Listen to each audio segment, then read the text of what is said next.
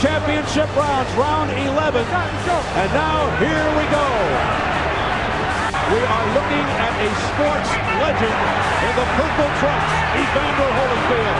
Holyfield continues to dig in. A left hook to the head. He's got Tyson in trouble. Tyson's ready to go. A straight right hand. The Talbot stops the fight, and Holyfield has won. I can't believe what I'm seeing. It's the most unbelievable thing I've ever been privileged to witness. Mayhem. It is bedlam.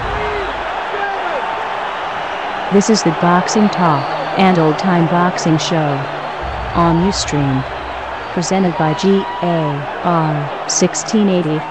Here is your host, Paco Rivera.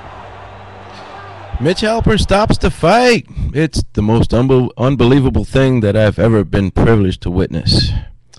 That was Steve Albert, followed by Bobby Ches for the first Holyfield-Tyson fight in 1996. Dr. Freddie Pacheco was also there for the Showtime event. How can anyone hear something like that and not know that boxing is one of the greatest sports in our history? Which brings me to the theme that I want to discuss today. Welcome to another broadcast of GAR1680 Boxing Talk. I am Paco Rivera. Today I'll be doing something a little different. I won't be discussing much of what's in the news or last weekend's fight results. I mean, I think most boxing fans already know the results of the Austin Trout-Miguel Cotto bout. I don't have to tell you. Sure, I could discuss my thoughts about it, or you can tell me your thoughts about it if you want to. I've got the phone lines open, and anyone can call during this show to talk about that or anything else in boxing. The number can be seen on your Ustream screen since this show is live. In the recorded YouTube version, there won't be anything on the screen except me. This is the Boxing Talk Show on GAR1680. As I have done in the past, I'd like to pick out a certain theme in boxing and talk about that for a few minutes. My theme today is, why don't we see much boxing news in newspapers or in the media in general? Last week, while scripting an outline for this show, I decided to write a letter to the sports desks of major newspapers around the country. I looked up the information on Wikipedia and put together a long list of email addresses for these newspapers. I sent that email to about 80 of them. So far, just one newspaper sports desk, one called The Plain Dealer, located in Cleveland, Ohio, responded to my email with a thank you. I want to share with you some of what I wrote in that letter. As I said before, you can call to comment with your thoughts or post your comments on YouTube, or just give a thumbs up. Just give a thumbs up on the YouTube upload of this show if you agree with what I'll be talking about. As many of us boxing fans already know, the fight game seems to have taken a back seat in the sports world during the past decade or so. Actually, that may be true here in the United States, because in Europe, Asia, Mexico, and nearly everywhere else in the world, it is still booming. It's just here in this country that it sometimes seems to be a dying sport. As I stated in the email I sent out, the only time it seems that newspapers publish a report on boxing is when a boxer is killed, commits suicide, or goes to jail. What happened to the days when boxing news appeared regularly in daily newspapers, sometimes with bold heading across the front page? Boxing is not only a significant part of our history and tradition. Since the turn of the 20th century and throughout the decades, it has helped troubled, at-risk youth to a better life, instilling in them confidence, discipline, education, and hope. Its virtues are still seen to this day, with countless boxing clubs throughout the country wanting to do something good for its communities. Boxing was once a sport that people flocked to and became highly excited about, and that they looked forward to reading about in the morning paper. In no other sport can a child look up to an athlete he idolizes and say the words, "Hey, champ," having it take on the true meaning it once did.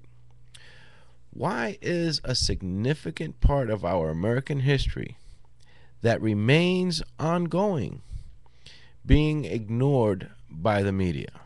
This is the Boxing Talk and Old Time Boxing Show on Ustream, presented by GAR1680.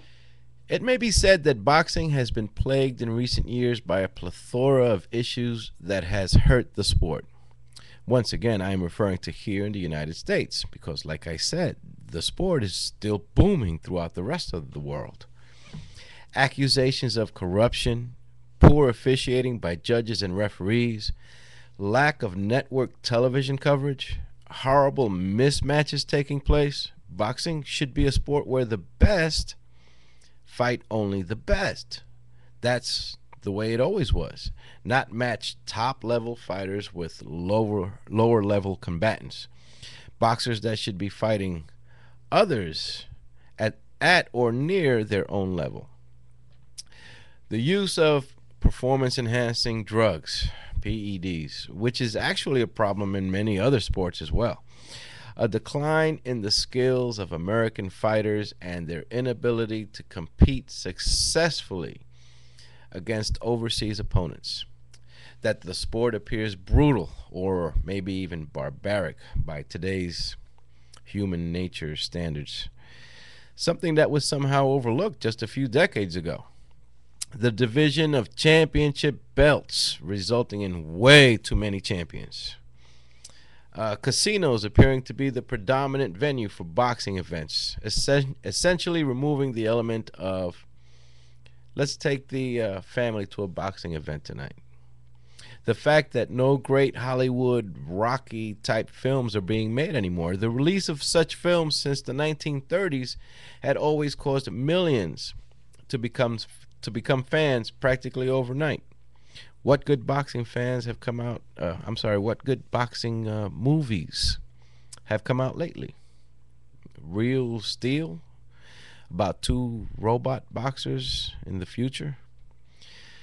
And probably worst of all, in hurting the sport of boxing, is abandonment of the sport from the media. Actually, talking about the lack of boxing on network television, I just recently found out this past week that both CBS and NBC will be broadcasting boxing again. CBS is set to kick off on December 15th. I was so thrilled when I heard that news that I got right on Twitter and tweeted it for anyone that still didn't know. By the way, you can follow us on Twitter at GAR1680. There are many things that need to be done to fix the sport of boxing, to bring it back to the fans wanting to see it as it once was. And one of them, quite crucially, is to get it back onto the pages of newspapers. Despite boxing's problems and concerns, it's still around, and there is still a lot of demand from fans wanting to read about it. Furthermore, it appears to be making a significant comeback in recent years here in the U.S. with stricter guidelines, drug testing, and various safety precautions being set in place. Many of boxing's problems are being corrected, yet there are many that won't know about it if they are not informed about it. Let me know your thoughts on this. Follow us on Twitter at GAR1680 or visit our homepage, GAR1680.webs.com. Then just click on the boxing page link.